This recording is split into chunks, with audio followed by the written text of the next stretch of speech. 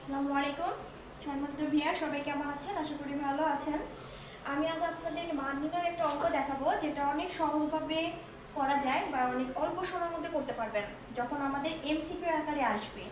এখানে একটা অঙ্ক দেখা যাচ্ছে, a plus 1 divided a is equal to 5 হলে a divided a square plus a plus 1 is equal to what. যদি এমন হয় তাহলে আমি কি করব দেখুন। এই যে এখানে a স্কোয়ার প্লাস 1 এর মান কোনো আনা যায় কিনা আমি সেটা দেখব।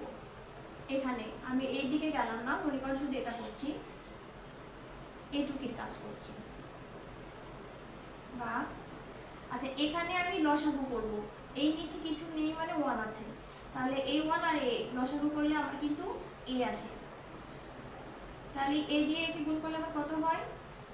a স্কোয়ার প্লাস 1 5, বা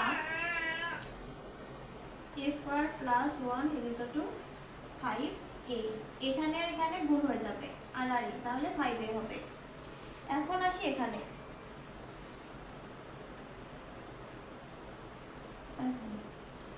এটা কি আছে আমার? a square plus a plus 1। আমি একটু সাজাই নিলাম, a square plus 1 plus a, আমি শুধু সাজালাম, a1 এদিকে নিলাম আর এটা ওইদিকে দিলাম। তাহলে এখানে আমার কি আছে? a স্কোয়ার প্লাস 1 এর মান, a স্কোয়ার প্লাস 1 এর মান আমি কি পেয়েছি? 5a।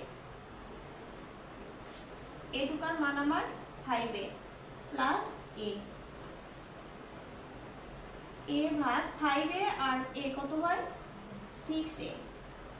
উপরে a নিচে a কেটে দিলাম, থাকলো কি? উপরে 1 নিচে 6, এটাই অ্যান্সার। আমার কিন্তু সূত্রে যেতে হলো না বা বড় করে করতে হলো না। আমাদের কি করতে হবে? এখানে আগে দেখতে হবে নিচের আমি মানটা আনতে পারবো কিনা। তো এরকম যদি থাকে আপনারা আগে দেখে নেবেন, যদি মিলাতে পারেন তাহলে এইভাবে আগে এটা করে নেবেন। তো আজ এ পর্যন্তই, ভালো থাকবেন, আল্লাহ হাফেজ।